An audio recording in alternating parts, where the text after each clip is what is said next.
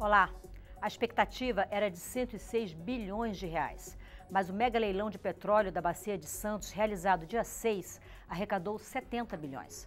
Das 4 áreas oferecidas, somente 2 foram arrematadas, sendo que uma ficou integralmente com a Petrobras. Mesmo assim, a avaliação do governo é de que a operação foi um sucesso. Para conversar sobre esse tema, eu recebo no Câmara Debate, que começa agora, os deputados Jorge Sola, do PT da Bahia, e Coronel Armando, do PSL de Santa Catarina. Senhores, obrigada por ter aceitado o nosso convite para essa conversa. Deputado Coronel Armando, eu começo com o senhor. Quando a gente fala em 70 bilhões contra os 106 que estava esperando, a gente tem que considerar também de que esse é o maior valor já levantado em um leilão do setor de petróleo na modalidade que foi feita, né? Houve que comparasse a ser o leilão de uma média, uma petroleira de médio porte. O senhor avalia assim? Olha, eu acho que sim, porque nós estamos vendo, foi um leilão diferente da seção onerosa, são sobras que houve no contrato inicial e que foi oferecido ao mercado. O que o governo tem feito, eu falo como governo agora, é buscado, primeiro, restabelecer as condições financeiras da Petrobras. Primeiro ponto, a Petrobras é uma empresa que era o grande orgulho nacional, passou recentemente por problemas de gestão e teve seu valor depreciado. Essa depreciação reduziu a possibilidade de investimento da Petrobras. E agora ela está captando no mercado condições para isso. A expectativa de 106 bilhões era uma expectativa, foi frustrada de alguma forma, mas, como você mesmo disse, ela atingiu 70 bilhões, que vão reverter em benefício da própria Petrobras, do governo e de estados e municípios. Então, eu queria dizer que a gente não pode aqui comemorar, de alguma forma, as pessoas com o leilão não deu certo. O não dar certo, ele afeta todo o Brasil. Ele afeta as contas do governo, afeta a Petrobras, que está procurando se recuperar, afeta os estados e municípios que vão receber menos recursos nessa primeira transferência.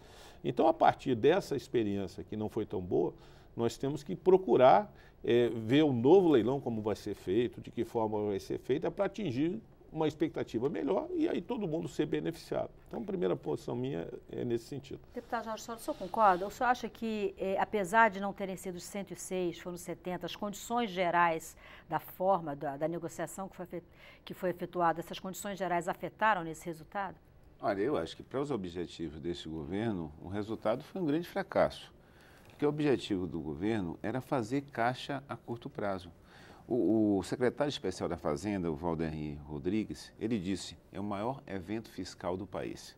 Ou seja, não havia uma preocupação a longo, médio e longo prazo com a capacidade de exploração adequada e de ganhos futuros dessa riqueza.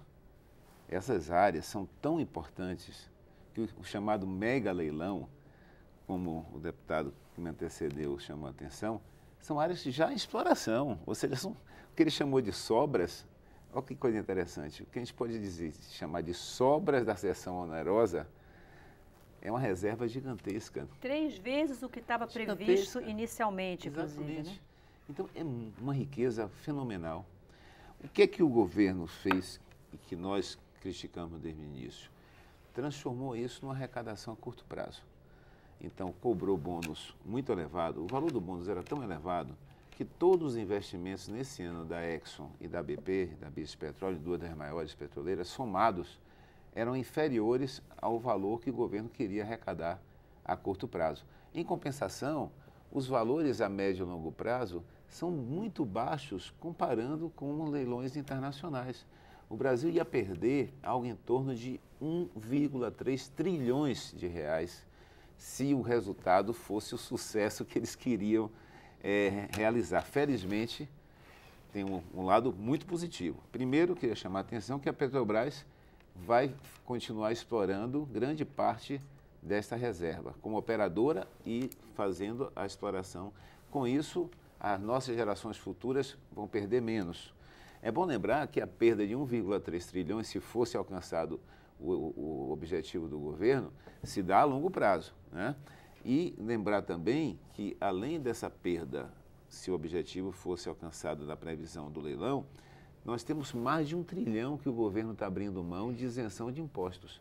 Então, nós estaríamos perdendo na exploração e estamos perdendo na arrecadação de impostos. Esse trilhão foi aprovado ainda no passado. Ainda no governo Temer. Então... Mas isso é um impacto futuro, né? Você viu toda a polêmica que foi para conseguir economizar 800 bilhões em cima da população que ganha menos de 2 salários mínimos na perda de direitos previdenciários. E, do outro lado, o governo abdicou de R$1 trilhão em impostos na exploração do petróleo das grandes petrolíferas. Então, nós precisamos repensar esse formato e, felizmente, eu diria até que o resultado foi um fracasso, porque o resultado a curto prazo do ajuste fiscal não pode representar um desastre a médio prazo da perda da maior riqueza que o nosso país tem. Deputado Coronel Armando, inicialmente havia 14 empresas privadas habilitadas para participar. Na hora H, somente 7 participaram e só 2 empresas privadas efetivamente montaram um consórcio vencedor junto com a Petrobras, 2 chinesas. Né? Cada uma delas entrou com 5% na maior plataforma, né? no maior poço, na maior área, perdão. A Exxon, mencionada pelo deputado Jorge Sola, ela disse já alguns dias atrás que o valor estava muito alto.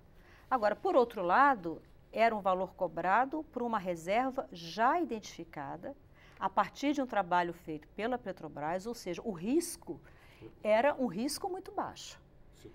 O que você acha que, então, faz as empresas acharem que, mesmo com o risco tão baixo, mesmo diante do volume de petróleo, de óleo existente lá, essas empresas deixaram efetivamente participar? Nenhuma empresa americana participou.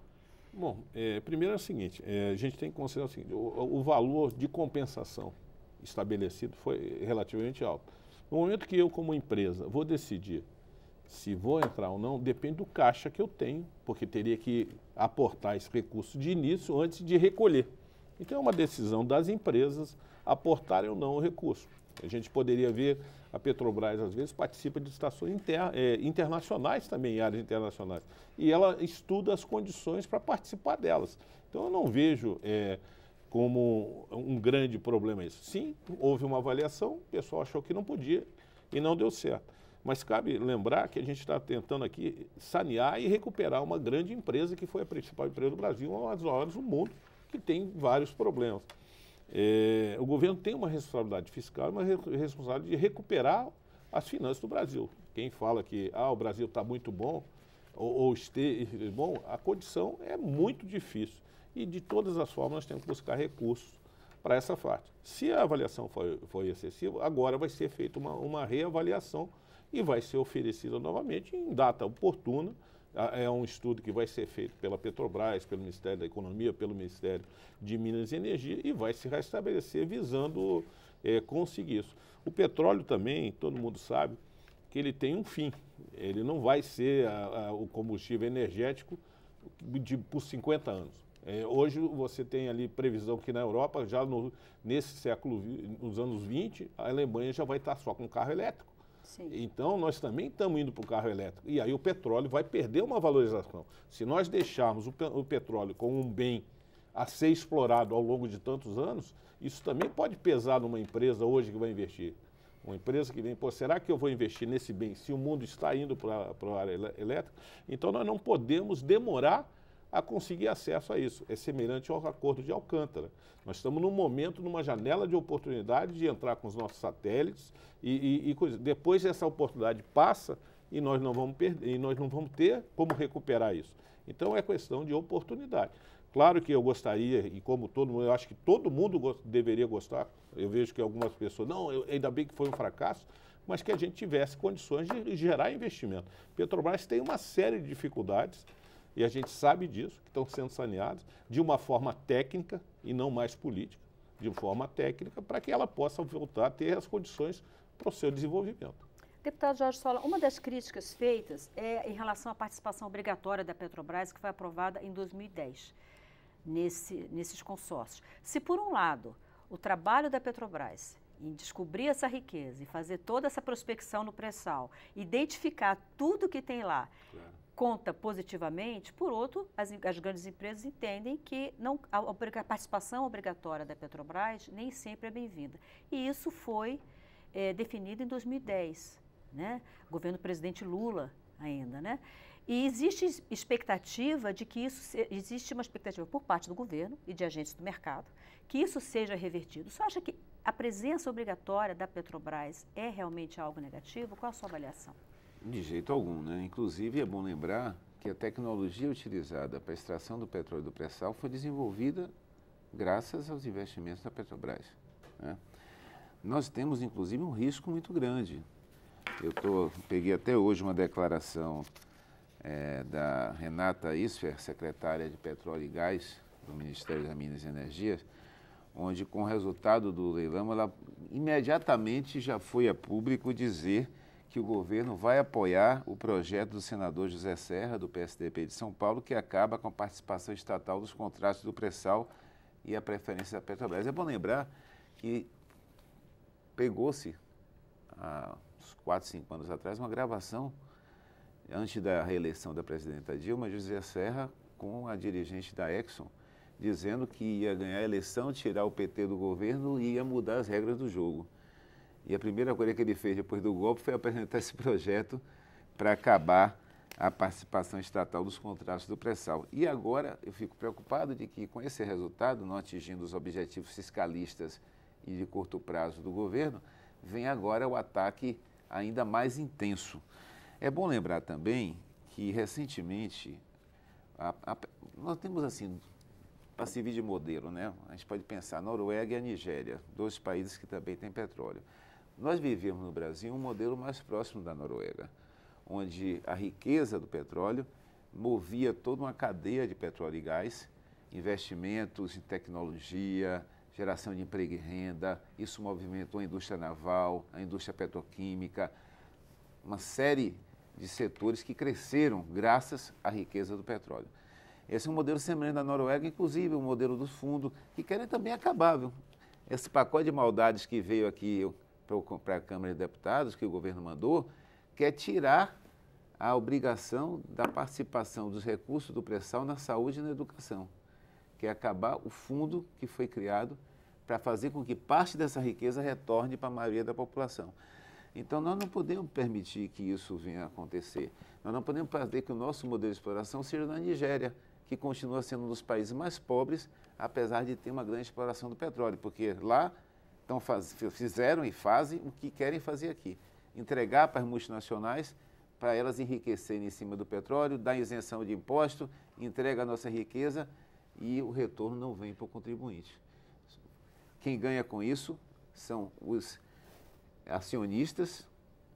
É bom lembrar, inclusive, que a Petrobras, como uma empresa que tem participação privada, o maior acionista é o povo brasileiro, mas esse acionista não recebe lucros e dividendos quando a empresa tem caixa positivo. Ele recebe em benefício das políticas públicas. Já os pequenos, os acionistas minoritários, é o que estão ditando a regra do jogo, eles ganham quando o caixa fica positivo. Por isso que venderam a TAG, venderam a Liquigás, venderam a BR Distribuidora, e agora esse dinheiro que foi revertido vai voltar para os cofres do governo, vai voltar para o Caixa da União para pagar os juros da dívida.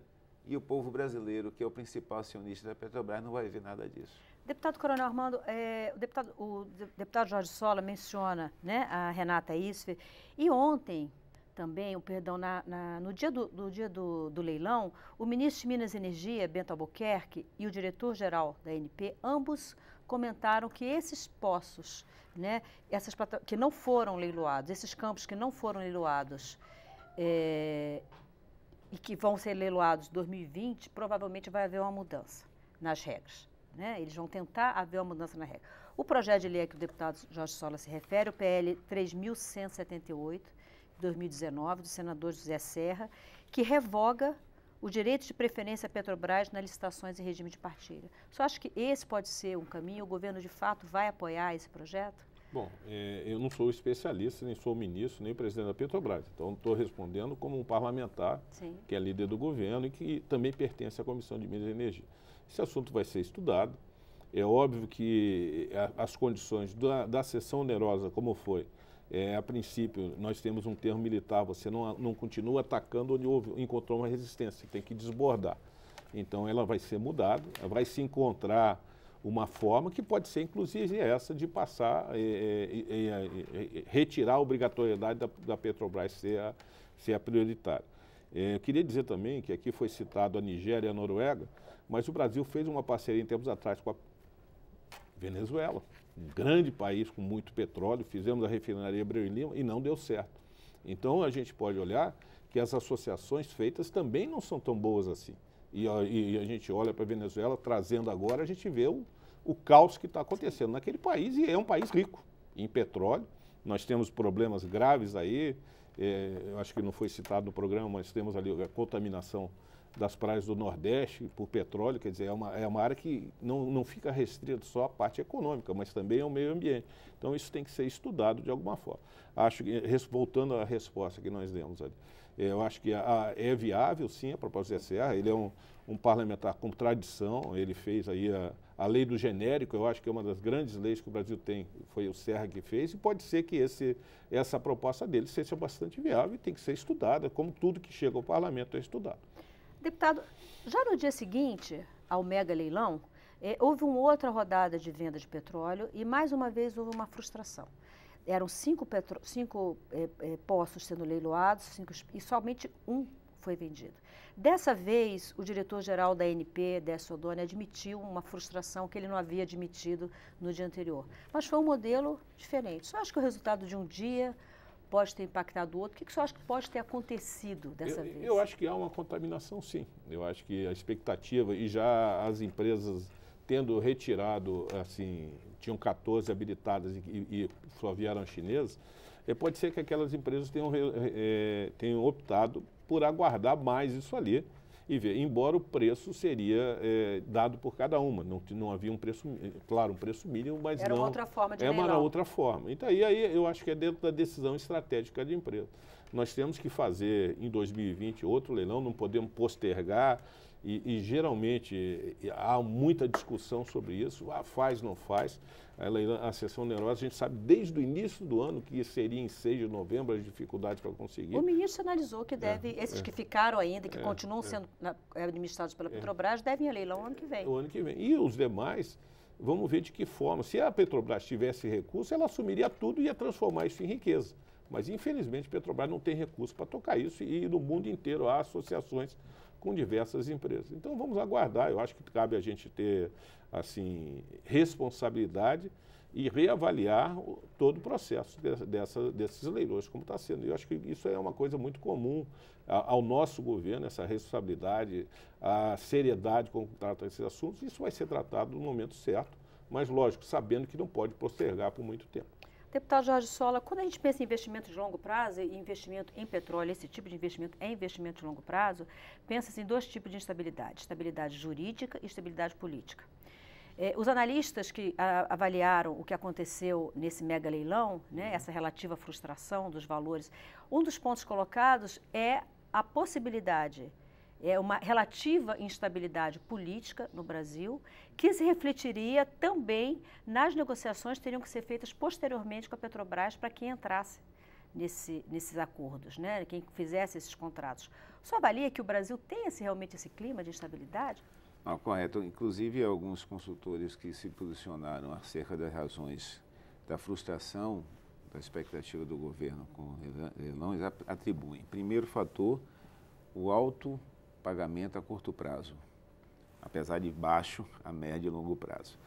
Segundo, a questão da indenização dos investimentos da Petrobras e a continuidade dela, obviamente, que seria objeto de negociação. E negociação em aberto, né? A empresa não sabe o quanto seria efetivamente o valor da indenização. Terceiro, que são áreas já em exploração, que não caberia você montar uma outra estrutura de operação em paralelo. Claro, teria que ser feita a operação junto com a Petrobras, por isso que a saída a mais adequada seriam consórcios com a própria Petrobras, né? Só entraram os chineses assim mesmo com a participação minúscula. E um outro fator que é atribuído também é a instabilidade política. É um governo que internamente e internacionalmente não reúne as condições de credibilidade, de segurança para investimento dessa monta. Eu volto a insistir, o valor esperado era mais do que todo o investimento deste ano da Exxon e da BP. Então, ninguém bota um investimento desse sem ter uma segurança política e jurídica, porque, como você mesmo falou, esse é um processo que tem retorno a médio e longo prazo, né? Agora, o que me preocupa também é que, na verdade, esses chamados investidores estrangeiros, as multinacionais, elas fazem a opção, geralmente, por investimentos com baixa capacidade imediata de capital, que ele precisa investir pouco. Por isso, a Petrobras Mas opta por baixo risco. E Isso, esse não era um investimento baixo de baixo risco risco, de alto risco. Não, esse era um investimento de risco, zero. Teoricamente, risco zero. A Risco Petrobras já zero. tinha identificado tudo que tem ali. Agora, você observe o que a Petrobras está fazendo, né? A Petrobras está com uma imagem objetiva futura para a empresa muito, muito negativa. Eles querem entregar todos os ativos, querem ficar apenas com uma refinaria em São Paulo, uma refinaria no Rio e a exploração de algumas áreas do pré-sal. Querem entregar o resto tudo, as refinarias, já entregaram a TAG, a distribuidora de gás, a BR Distribuidora. Isso é muito negativo, porque é o complexo de petróleo e gás que movimenta uma grande riqueza. Somente a exploração é uma parte da riqueza que é obtida através desse processo. E é claro que essa expectativa é muito boa do ponto de vista do ajuste fiscal. Você vai fazer caixa imediato. Vender o que eu puder vender, ao preço que eu obtiver, botar no caixa imediatamente, não importa o quanto eu vou perder de riqueza para gerações futuras, o quanto eu vou comprometer a arrecadação de impostos na próxima década, o quanto eu vou deixar de trazer para a nossa população. É o país que está à venda a curto prazo, mesmo que com valores que não compensem a médio e longo prazo abrir mão de uma riqueza tão grande. Deputado Coronel Armando, eu queria ouvir em relação a essa questão da instabilidade política. O deputado Jorge Solo colocou a questão da indenização, né, que teria que ser feita a partir de uma negociação com a Petrobras. Por outro lado, risco praticamente zero, né, se é que a gente pode falar em risco zero nesse mercado, né, porque a riqueza toda já descoberta pelo Petrobras, mas que haveria uma estabilidade política no Brasil, a imagem do Brasil lá fora talvez não estivesse tão boa e que, por isso, algumas empresas teriam deixado de investir. Como o senhor avalia isso? Bom, primeiro, eu ia falar do risco. Realmente, eu acho que havia baixo risco, mas havia um valor elevado, que eu disse, cada empresa vai decidir se vai investir tanto de indenização do que já foi gasto pelo Petrobras, e eu acho que isso é uma decisão dela. Isso vai ser reavaliado pelo governo. Quanto à venda de patrimônios, a gente vai lembrar de alguns. Passadina, você ficaria com Passadina, que foi uma compra muito ruim, prejuízo, que um conselho de administração inteiro assinou. A presidente Dilma estava na parte da compra ainda, e a gente não fala de Passadina. Nós não falamos da Bolívia, uma refinaria de gás, que foi entregue pelo governo Lula e depois se confirmou que foi entregue. Então, quem trabalha com a Petrobras deveria trabalhar sempre de forma muito séria e responsável. Isso, a história, eu estou falando fatos, que você pode pesquisar e vai ver, são verdadeiros. Há um prejuízo que a Petrobras vem herdando e está tentando se recuperar. Esse é o primeiro ponto que tem que ser feito. Abreu Lima, outro investimento que não andou, o complexo do Rio de Janeiro também não andou. Então, havia antes também uma expectativa muito maior com o pré-sal. Não é de agora que houve essa expectativa. Isso vem de governos anteriores, inclusive o governo do PT, que eu estou citando. Quanto ao risco político, eu acho que sempre existe um risco político. Mas eu, como sou líder do governo e conheço o que está sendo feito pelo ministro da Economia, Paulo Guedes, por todo o governo em si, o trabalho que está sendo feito, a viagem internacional que o presidente fez agora à Ásia, à Arábia Saudita, ela está mostrando o Brasil de outra forma. E contra fatos não há argumentos. E a gente vê os números. Nosso juro está baixando, a nossa estabilidade econômica está ficando, o risco Brasil reduziu muito, e esse risco vai se transferir posteriormente para as empresas. Então, eu acho que esse risco político, muito mais ele é criado por quem vai ter vantagem com isso, por quem vai ter vantagem do que a realidade que não é. Então, eu digo, quem joga todo dia isso, eu vejo comentários de alguns analistas políticos, é sempre depreciativos. O lado positivo é muito pouco visto. Quando entra uma especialização em economia, ele fala de outro lado, ele coloca de uma outra forma. Então, o risco político, na minha opinião, ele é um pouco criado e incentivado para prejudicar o governo que está tentando recuperar o Brasil. Ponto. Essa é a minha posição e eu acho que muita gente vai concordar comigo, embora também respeite a opinião dos demais. Isso é a democracia. É a característica do parlamento, né? Opiniões Positivo. diferentes e que tem que ser respeitado. Deputado, muito obrigada, viu, deputado Jorge Sola. Muitíssimo obrigada. O Câmara Debate termina aqui. Nós conversamos sobre o mega leilão do pré-sal. Eu recebi os deputados Jorge Sola, do PT da Bahia, e Coronel Armando, do PSL de Santa Catarina. Obrigada por sua audiência pela TV Câmara e Rádio Câmara. Você pode rever este e todos os nossos programas pelo YouTube ou na página da TV Câmara na internet. Eu sou a Maristela Santana e a gente se vê em uma próxima edição do Câmara Debate.